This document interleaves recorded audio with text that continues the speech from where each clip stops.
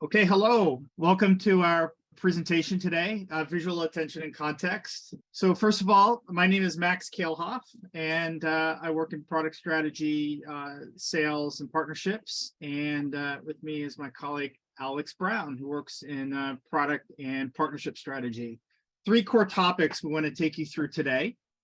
One is the history of attention as a metric, a very quick journey through time on attention metrics. And that's really to set us up quickly into a snapshot of attention metrics in practice in advertising today. And then the big unveiling will then be our visual attention innovation and new technology we're bringing to market today. Let's take a quick journey back in time to bring us up to today. I want to disclose, first of all, that the next couple points I'm going to mention come from Kenan Buhik, who's a friend of Realeyes, who recently got his master's, and his thesis was on attention as a metric. And he did this with some support from Meta, but this was his independent thesis. And I want to quickly show a couple of highlights to bring us up to today. Well, the first point is that attention has been sought after as a metric in industry and then soon into advertising for over 100 years. So it's been around. And of course, attention has been a philosophical topic going back thousands of years, but it's been around, it's been debated. And more recently, we've tried to put an actual number on it, a quantification. Throughout the decades, over the past 150 years, we've seen a number of academics and folks in industry try to provide new definitions. And as Kenan pointed out, the challenges with these definitions was they're either too philosophical or they quickly become outdated because the means of measuring or observing attention keep evolving. And if you go into today in advertising industry, this was Kenan's survey of several different experts and leaders in advertising from places like Google, T-Vision, several agencies, some big brands. Nobody agrees on the definition. And to sum up where we are, our friend Phil Jackson from Helion recently be proclaimed inside that paper is that there's work to be done on what attention actually means. There's no defined metric or quantification, so we need to work on that. And there's some key questions that are emerging that need to be answered. Fortunately, we have a whole bunch of companies that are addressing attention measurement. Moreover, all the major industry bodies now in advertising are starting to look at attention. Attention Council, IAB, announced its Attention Task Force. The ARF is undergoing the most exhaustive validation study on attention. And ICOM, which Phil Jackson and I co-chair, also has an attention working group for its membership to work with, because there's gains to be made right now. And so we're going to pose our definition, which Realeyes submitted to the ARF definition as recently as last week. This is our working definition and how we get business done. And that's an awareness to a stimuli while ignoring other stimuli. Fairly simple. And we're going to use this as a assumption for the rest of this presentation. And if you are interested in the master's thesis by Kenan, please do leave a comment or email us at the end, and we'll be sure to get that to you. All right. So now I'd like to quickly go through a landscape of the attention metrics, where we'll eventually wind up at visual attention as a precursor to our product unveiling. But there's a couple key dimensions to attention. And this was actually showcased in WARC this week and in their guide to effectiveness. And so if you want to get more in this, you can go to WARC, or you can email me and I can give you the WARC paper. But there's key dimensions about attention. One is media versus creative. And if here we have a funnel, we often think in terms of funnels in marketing. And you start with your brand, the brand's access media, then the media has the job of a pass off with creative. And the net result of attention throughout that journey is attentive reach. And that is what correlates and has a very strong relationship with equity, sales, lifetime value, key business outcomes. The second dimension around attention metrics in advertising today is the data source. And there's all kinds of data sources, but you can categorize them into two. There's human attention. So these are attention data where there's a very direct and overt measurement of a human. Realeyes does that with vision. MindProber does that with heartbeat, or the Apple Watch even does that. There's in niche applications, like in a laboratory, you can put the headsets, the EKG headsets on and gather human data that way. The flip side of this are impression proxies. These are highly granular data that the digital breadcrumbs that come off of web pages or mobile apps that are really derived from the interaction data and the metadata that comes from somebody using a device or a computer. So it's a proxy for attention that comes off of impression level events. We believe the future will be an intersection of these two, and we'll unpack that a little bit more here. Where here we consider the different methodologies that are going into attention metrics. So we've got probabilistic. So if you think about companies like Adelaide, one of our key partners, you're basically using impression data to create probabilities of attention on various media properties or media environments. Then you've got predictive. So companies like VidMob, for example, or Playground might look at creative, at what are the elements in a creative which would predict the attention or attentiveness of that creative. Then you have observed, such as a Realeyes or T-Vision, which are literally observing the visual attention of viewers to TVs or to apps or to creative. And then you have hybrid, sort of unique components of different methodologies and different data sources to come up with the metrics. And the result is that advertisers or buyers or agencies working with the advertisers need to piece these components together into their what we'll call the attention stack. So it's early, there's a lot of noise, the industry's trying to figure it out, but these are the components that go together and are critical to master and acknowledge when determining your strategy. And then finally, this is the last dimension, which I wanted to focus on here, is that the question of attention metrics as input versus output. And our argument is that it's both. So you can certainly use attention metrics to optimize advertising in all sorts of different ways. And there's many advertisers. In fact, most people that we've surveyed in the ad industry believe that attention is an outcome, a milestone in the customer journey. So we like to look at the attention metrics as both being inputs or outputs, and that leading to a holy grail of profitable attention.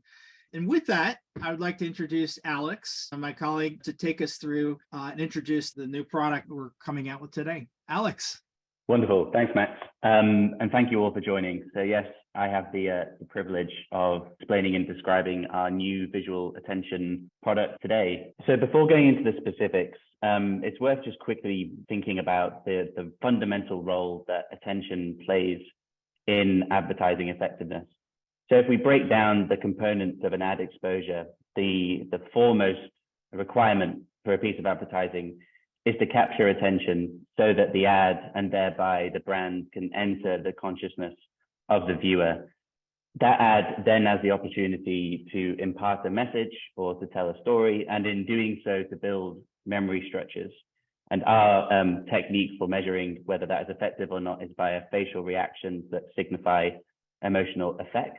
And then ultimately, the ambition is to create some kind of business impact, be that increased consideration or conversions or sales. And this is the framework that we built this new solution to address all three aspects. But this doesn't need to strictly be theoretical. We know through case studies and research we've done with multiple partners that visual attention drives business impact across the funnel. So whether we're looking at awareness or conversion rate or even sales, there is robust statistical evidence that there is a relationship between attention captured and business outcomes.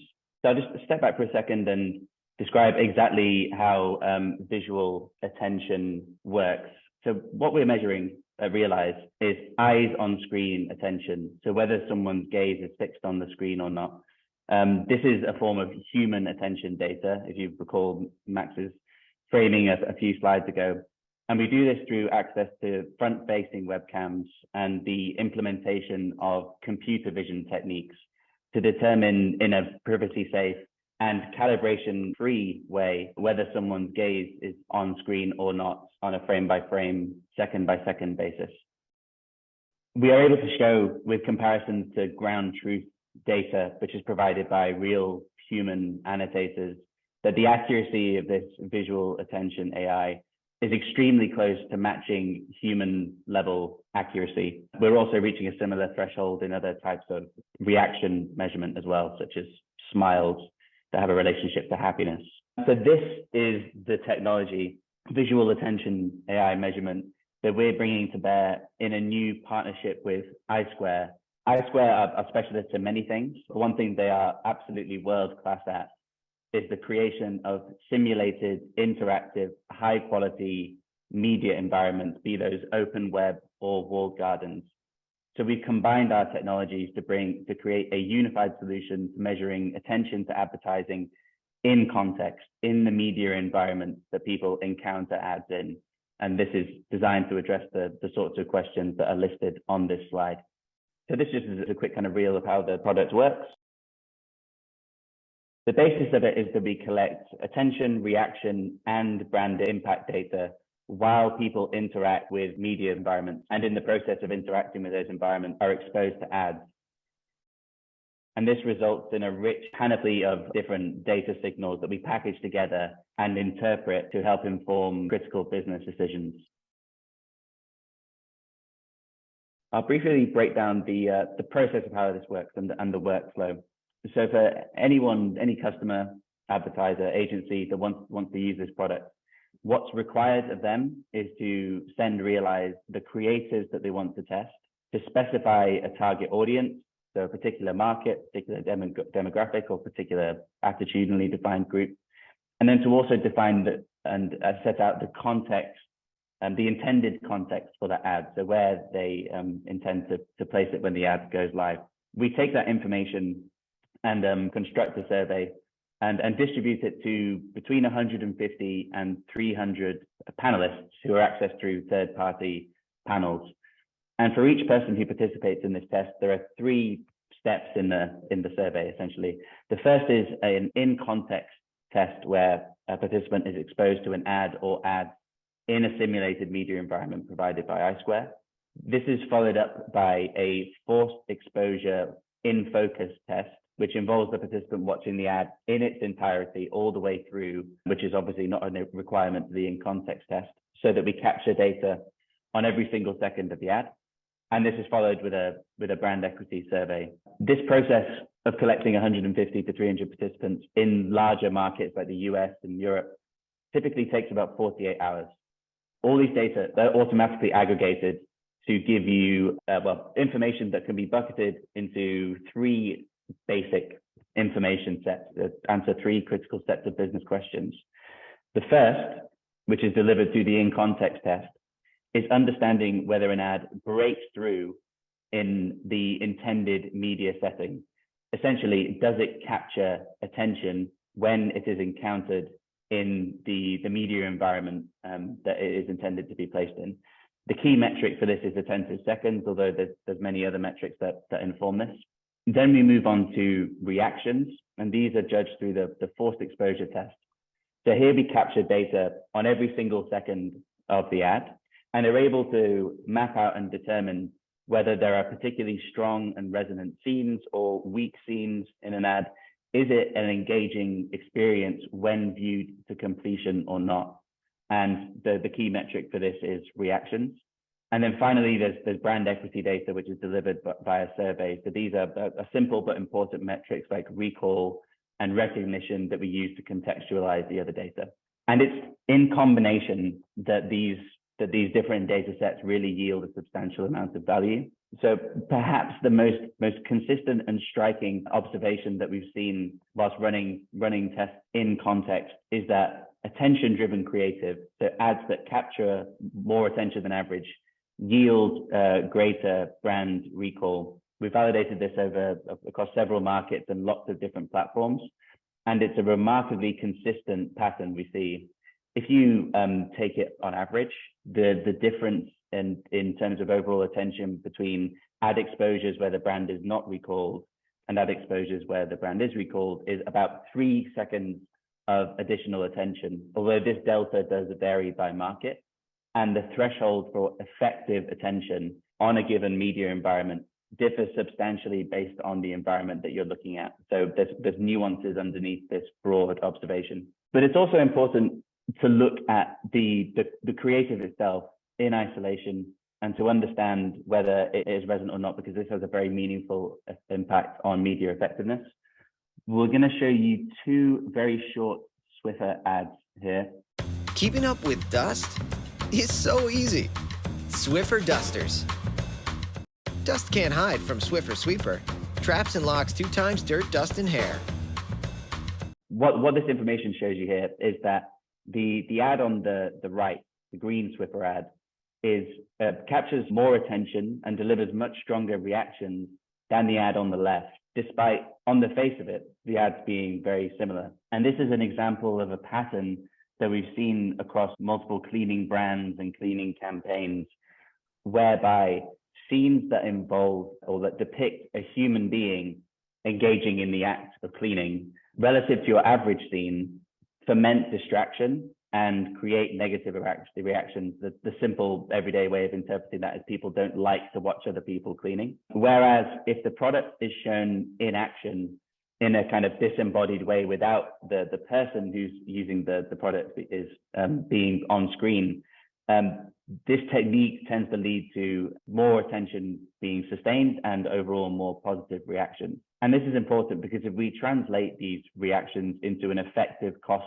per exposure, so layering in the quality of the creative into our determination of whether an ad exposure is effective or not, we have a mechanism for this called QCPM. If we extrapolate that in terms of media spend and media effectiveness, this minor and subtle creative difference can lead to some, following the guidance can lead to some outsized gains, and ignoring it can leave a lot of both budget and effect on the table. So I'll just talk quickly about how this should be used. And our assertion is that Preview fills a critical intelligence gap for marketers. So if we look at the kind of campaign execution in a generalized way as consisting of 3 phases, defining strategy, the execution of the campaign, and the outcome, there are established processes for assessing creative quality and its effect in 2 of these phases. At the strategy level, so understanding and defining the creative execution that you want to run a campaign with, there are many research companies and consultative research techniques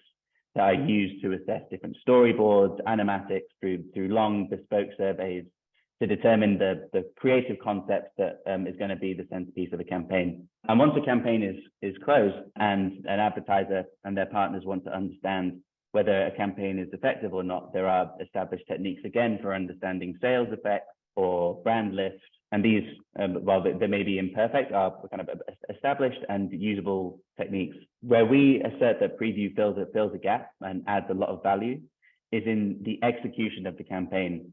So this involves testing near finished or finished creative, the channel, the platform, the website even, and the target audience. This same principle can also be applied when testing creative in flight. So if you're either refreshing creative inventory or wanting to understand whether the reaction to an ad has evolved as it's been exposed many times, the same basic principle of ensuring that fit between creative, audience, and channel is as optimal as possible applies. And we're able to do this not only because the solution is comprehensive in covering breakthrough, reaction, and brand equity, but also because we're able to turn it around at speed. Yeah, just a comment on this. Before Realeyes, I worked in media buying on the social video platforms in particular, and we did a lot of optimization pre and in flight and around the creative on the different platforms. But the signals were typically oriented toward bottom of funnel direct response. So optimizations on a campaign level really were oriented toward the signals the interaction signals you immediately get back. And particularly for brands which don't loop back sales data, usually for weeks, usually months, the sales data become inconsequential to optimizing at a campaign level. The good news with attention is it relates very highly to sales. You don't have sales if your advertising didn't have attention. And so it becomes a very, very powerful mechanism on which to optimize at a campaign level, especially for brand-oriented businesses that do not see data feedback loop for weeks or months. And MMM market mix modeling is fantastic, but it's holistic in rear view mirror. But for the people in the trenches or even at a strategy level who have to drive performance, the attention in context makes that really possible.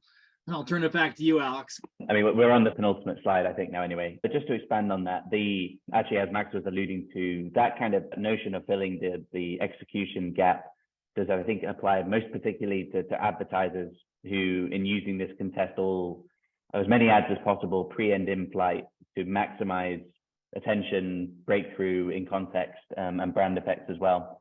But on the platform side, we're already working to measure attention and reaction to all content, not just advertising within a platform, understand through the lens of attention and reaction how people interact with ads on those platforms, and through that improved understanding, defining advertising best practices. And this is also going to be available via API so that market research companies can embed attention and reaction in context measurement within their own survey protocols. Yeah, just to wrap up, and we have a couple questions, but I want to, if you have any, please put them in the chat. If anyone's gonna on the call here is going to be at the ARF Audience Science Conference coming up, I did want to make a quick note of this. Realeyes will be there. We're also proud to have 2 winning entries at the ARF Audience Science, 2 winning papers in the paper competition. And the first one is going to be led by Meta, Sophie McIntyre, who's in the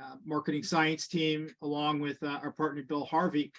And they will take an unprecedented look at attention and mindset within different mobile media environments in the wild. And we are posing a new framework to think about video. Not every video behaves the same or has the same impact. So there'll be a presentation and paper on that. And then finally, we'll be presenting with our partner, Joanna Welch from Mars, on a case study around their Agile Creative Excellence System, which is using the attention AI for sales predictions and driving tens of millions of dollars in optimization and up to 18% sales lift across all their markets. So it's a really cool case study. But if you happen to be at ARF Audience Science, I encourage you to come and see the product in action and what it can do. And with that, a couple of questions here. Alex, you talk about testing video content versus static. This methodology applies to both.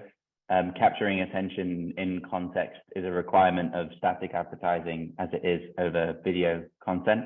The diagnostics that we can offer, particularly in terms of reactions, can be richer with video, but the fundamental methodology applies to both.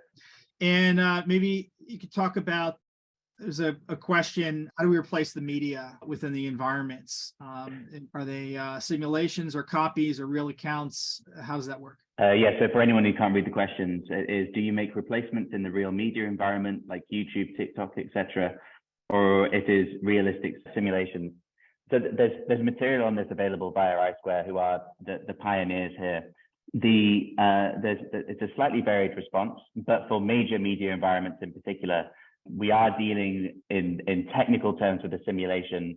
But what actually happens is the content and view that we're testing the ads in is drawn from live, quote unquote, dummy accounts on the platform with specifications and nuances, or rather content adjusted based on the market or maybe even vertical that you're looking at.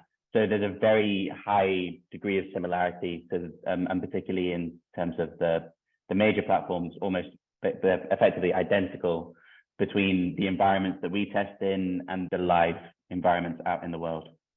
So question from Amanda. The question is Realeyes looking to establish overall attention ratings by context? For example, TikTok holding the highest attention for millennials, therefore CPG should expect strongest attention, and that platform versus another is essentially. So really, I'm sensing this is a question around, is there ratings that could inform a planning tool? And the answer is yes. And this is happening with some of our partners, where our partners our buyer partners are investing in benchmarks in the key platforms and key verticals or sectors where they're active with their clients. So we have this happening with certain like African Americans, for example. We have this happening in millennials, and doing that benchmarking to help inform the buys and to create the seed database where we can then pre-test your content for attentional resonance. So the answer is absolutely yes. In those ratings will grow and accumulate over time. We have another question from the Institute of Advertising Ethics, Andrew Sussman. Thank you for joining. Group M talks about good growth being non-destructive, and the question is, there's such a thing as good attention versus not good attention or toxicity? And it's a good question, and it's something we actually tackled last week in depth at the iSquare user conference in New York, and absolutely, and it goes to a bigger question around the responsible use of AI, and we don't have really enough time to go totally into that, but drawing into ethics, responsible use, such as the training sets, is very, very critical. And and I think it's an important finding that's coming out for us, at least, is that ground truth is really important. Addressing bias in the humans that in the ground truth data inform your AI is absolutely critical. But we're also finding that the AI can better inform and reveal weaknesses in ground truth. For example, in a lot of panels, we see up to 25% panel fraud or duplication, or really panel waste, up to 25% because of duplicate panelists or fraud. And similarly, we see several non-white racial groups mislabeled or misidentified, and we can do that because we have AI and computer vision. So it goes to the root of responsible AI, and we also believe that managing for attention can lead to a lot less waste and enable us to address in a more meaningful way toxicity versus well-being. And we could have a whole long discussion on that, but that's hopefully answers the top of the iceberg of your question. If I can just add one point to that, Max. Sorry, I know we're running over, but just a technical perspective on good attention as well is that measuring whether someone is attentive or not is, it's immensely critical. But I think a technical approach to differentiating between good and not good attention can arise from using multiple data inputs in the way that we are. So if someone is attending to a moment in an ad and simultaneously smiling, and then another person is attending to a moment in the ad and simultaneously frowning or displaying another expression, and then perhaps through survey data expressing that they don't like the ad, our interpretation of that second of attention for both those two experiences can be radically different. So I think there's also in future technical ways that we can kind of nuance and improve our understanding of good and effective attention versus not good attention. We're going to do our last question here, and if there's any further, we'll be happy to take emails and follow up with you individually. This is from our friend Irina at MindProber. Can you explain the difference between attention measurement and eye gazing? What's the human attention and emotion versus the eye gazing? I assume Irina is referring to the eye tracking, where you're looking at a heat map that follows where your eyes goes on a screen, which is different than the attentional measurement that we're measuring in contextual environments. Yeah, so I think the ambition of eye tracking technologies versus the way that we measure eyes on screen attention is kind of fundamentally the same, in that it is a visual and eyes-based definition of where attention is. We think the advantage of the way that we operate this incidentally is that we don't require a panelist to go through any kind of eye tracking calibration phase before they take part in the test. And a really critical part of what we built and what we seek to emphasize is a low impact, naturalistic experience for participants, because you can have the most accurate tracking in the world, but if you're creating the mental conditions that are unnatural for participants, then it will fundamentally alter the data that you receive and make it less valuable. And it does, and the eye tracking, it's getting better, and it's a very valid means of data for a lot of reasons. But a benefit to the facial cues and the facial coding techniques is that it just works in mobile. You just put your mobile phone on and it just works. As Alex said, no calibration, and that's the beauty of it. And the meta study that I mentioned, which will be at the ARF, was a purely mobile media environment. And so having that ability to just have people turn on their phones and instantly start collecting the eyes on screen attention, and then the face reactions is very powerful and in a natural experience. Yeah, I just sorry to close on Irina's last point, which yes, actually, sorry, just seen a follow-up comment. So this actually speaks to my answer to the previous question about good attention, that I think Realeyes with the method that we use are in a unique position to be able to nuance and advance definitions and understanding of attention through the lens of facial reactions, so smiles or frowns, and particularly if you interpret that alongside the brand equity data that we capture, that adds several layers of meaning to the basic question of whether people's gaze is on screen or not. We're absolutely with the kind of thrust of your question, that we go above and beyond gaze-based attention as well. Cool. We went a couple of minutes over with the questions, but thank you so much for your curiosity and interest. And we'd love to any follow-up discussions one-on-one. And we really, really appreciate your tuning in and taking valuable time out of your schedules to take a peek at what we're unveiling today. We're super psyched and hope to put it in action with several partners here with us today. Thank you, Alex, and we'll sign off and make the recording available soon. Okay, thank you. Thank you, Max. Thanks, everybody. Thank you for joining.